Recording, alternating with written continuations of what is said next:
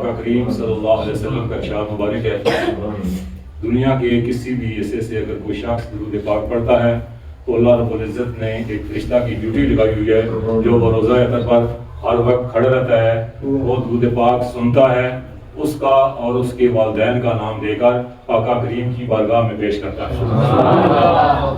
دنیا سے لاکھوں کروڑوں لوگ بیک وقت درود پاک پڑھتے ہیں، فرشتہ ان سب کو بھی جانتا ہے، ان کے والدین کو بھی جانتا ہے اور آقا کریم کی بارگاہ میں پیش کرتا ہے۔ غلام کی یہ حالت ہے تو آقا کا کتنا کروں گا۔ آقا کریم صلی اللہ علیہ وسلم کا ارشاد مبارک ہے، دنیا کے کسی بھی حصے سے اگر کوئی شخص محبت، شوق اور پیار سے درود پاک پڑھتا ہے تو اس کا درود پاک میں خود سنتا ہوں، اس لیے محبت سے پڑھیں۔ الصلاۃ والسلام علیک یا سیدی یا رسول اللہ،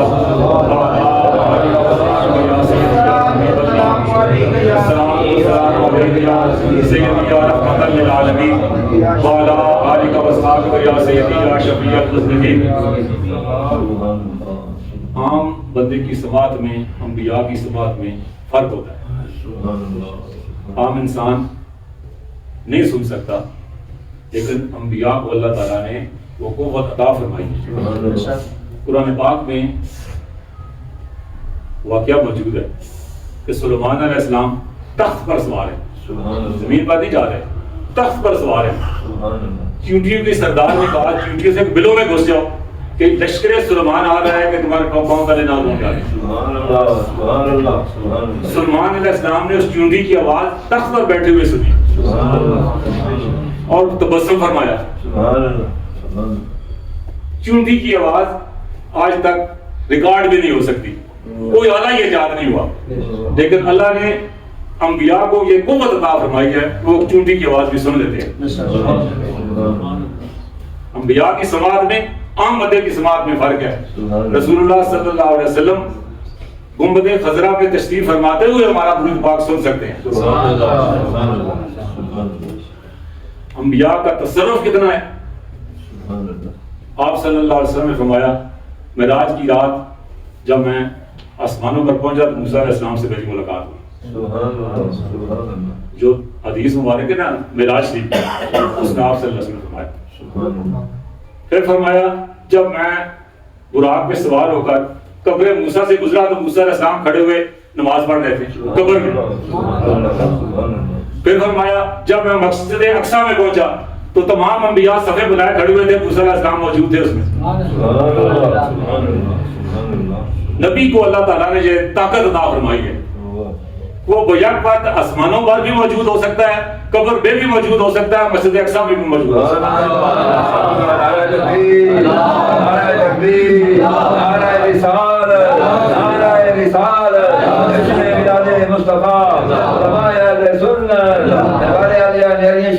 اور انبیاء جس طرح دنیا میں دیکھتے ہیں اس طرح زمین کے نیچے بھی دیکھتے ہیں۔ زمین کے نیچے قبر تھی موسیٰ علیہ السلام کی، کیونکہ آپ نے فرمایا جب میں سرخ تیرے سے گزرا تو موسیٰ علیہ السلام قبر میں کھڑے ہوئے نماز پڑھ رہے تھے۔ تو انبیاء جو ہیں وہ زمین کے نیچے بھی اسی طرح دیکھ سکتے ہیں جس طرح دنیا میں دیکھتے ہیں۔ حدیث مبارک۔ پھر آپ صلی اللہ علیہ وسلم صرف انسانوں کے لیے نہیں آئے، پوری کائنات کے لیے رحمت بن کر آئے۔ ابو جہل ہاتھ میں کنکریاں لے کر آیا، پتھر ہے، بے جان ہے، بولتا تو نہیں ہے۔ اس نے کہا میرے ہاتھ میں کیا ہے؟ تو آپ نے فرمایا کہ میں بتاؤں کیا ہے یا یہ خود بتایا کہ میں کون؟ ان بے جان پتھریوں نے آقا کریم صلی اللہ علیہ وسلم کا کلمہ پڑھ کر بتا دیا کہ نبی کا تصرف بے جان پتھروں پر بھی کرنا۔ پھر ایک دفعہ آپ سفر میں تھے، اس حدیث کی روایت حضرت علی رضی اللہ تعالیٰ عنہ سے، آپ صلی اللہ علیہ وسلم اور حضرت علی دونوں سفر کرتے ایک جگہ قیام فرماتے تو آواز آئی الصلاۃ والسلام علیک یا سیدی یا رسول اللہ۔ حضرت علی فرماتے ہیں کہ میں نے اٹھ کر ادھر دیکھا، مجھے کوئی شخص نظر نہیں آیا۔ دوبارہ سلام کی آواز آئی، تیسری بار سلام کی آواز آئی تو آپ صلی اللہ علیہ وسلم نے پوچھا علی کیا ماجرا ہے؟ تو فرمایا یا رسول اللہ سلام کی آواز آتی ہے، انسانی آبادی ادھر نہیں ہے، انسان نظر کو نہیں آتا، تو سلام کون عرض کر رہا ہے؟ تو آپ نے فرمایا وہ سامنے پہاڑ پر دیکھو پتھر نظر آ رہا ہے، وہ مجھ پر سلام پڑھ رہا ہے۔ آقا کریم پر پتھر بھی سلام پڑھتے ہیں۔ ایک دفعہ ایک صحابی ہے، یا رسول اللہ میرا اونٹ بولا ہو گیا ہے، کاٹتا ہے، مارتا ہے، ہم نے اسے ایک باڑے میں بند کر دیا ہے۔ آپ صلی اللہ علیہ وسلم چلو کرتے ہیں، آپ صلی اللہ علیہ وسلم گئے، صحابہ کرام نے منع فرمایا، یا رسول اللہ اندر داخل نہ ہو، یہ جانور ہے، یہ بولا ہو گیا ہے، یہ کہیں آپ کو نقصان نہ پہنچا دے، آپ نے فرمایا نہیں دروازہ کھولو۔ آپ صلی اللہ علیہ وسلم تشریف لے گئے تو وہ اونٹ آیا اور اس نے سر زمین پر رکھ دیا آپ کے قدموں میں۔ آپ نے اس کے کان میں کچھ کہا تو اس کا وہ بولا پن ختم ہو گیا۔ اس کے مالک کو بلایا، اس کو کہا گیا اب یہ نافرمانی نہیں کرے گا۔ جانور بھی جانتے ہیں آقا کریم صلی اللہ علیہ وسلم کو۔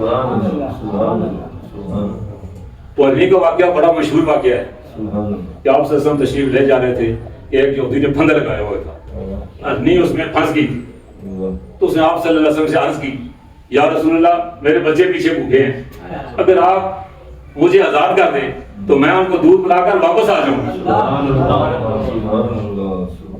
آپ نے اسے آزاد کر دیا، وہ چلی گئی، اوپر سے یہودی آ گیا، اس نے کہا یا رسول اللہ یہ آپ نے کیا کیا ہے؟ ایک دفعہ پھندے میں پھنسا ہوا شکار اگر نکل جائے تو پھر تو واپس نہیں آتا۔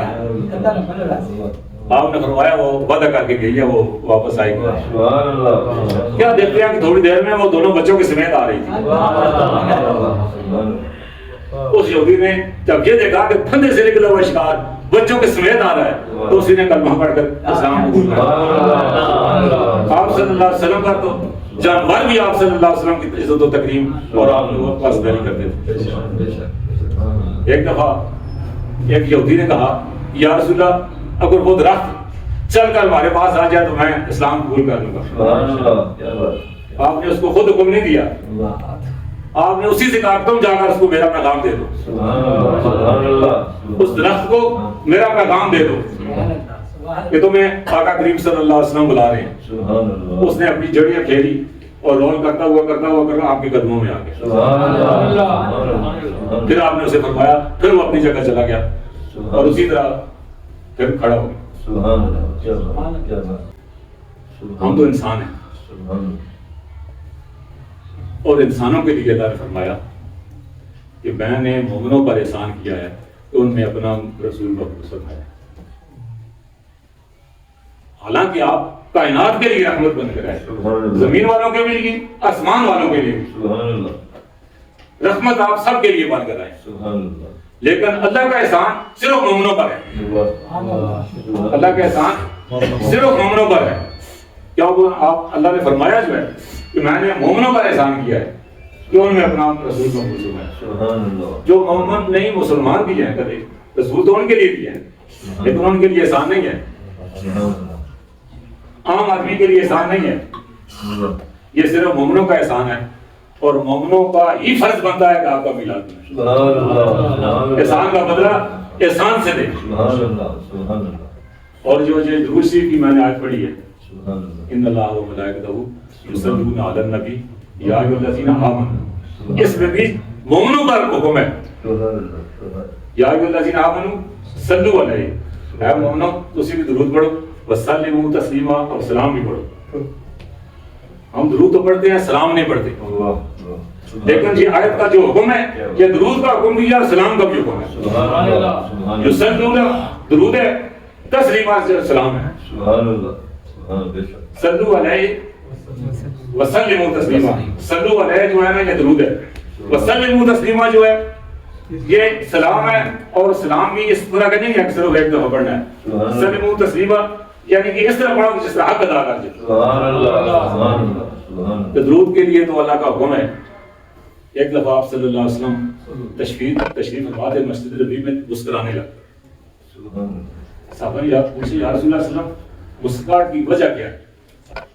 آپ نے فرمایا کہ جبرائیل علیہ السلام تشریف لائے اور انہوں نے فرمایا یا رسول اللہ، اللہ نے فرمایا جو شخص آپ پر ایک دفعہ درود پاک پڑھے گا اللہ تعالیٰ اس پر 10 رحمتیں نازل کرے گا، 10 گناہ معاف کرے گا، 10 درجات بڑھائے۔ جو درود پڑھتا ہے اس کے لیے یہ اجر ہے، جو سلام پڑھتا ہے اس کو آقا کریم جواب بنایا فرمایا، جو سلام پڑھتا ہے اس کو جواب عنایت ہوتا ہے، اور جس کو آقا کریم کا جواب عنایت ہو جائے، درود اور سلام جو ہے یہ سلامتی ہے، جس کی سلامتی کے لیے آقا کریم دعا فرما دیں، جس کو آقا کریم جواب عطا فرما دیں اس کے لیے تو سلامتی ہی سلامتی ہے، دنیا میں بھی، قبر میں بھی، حشر میں۔ اور صحابہ کرام آقا کریم صلی اللہ علیہ وسلم کی عزت و تکریم بے حد کیا کرتے تھے۔ آپ کا والدہ میں اگر گرتا تو اپنے ہاتھوں پر لیتے، اپنے چہروں پر مارتے۔ آج کل وہ کرتا ہے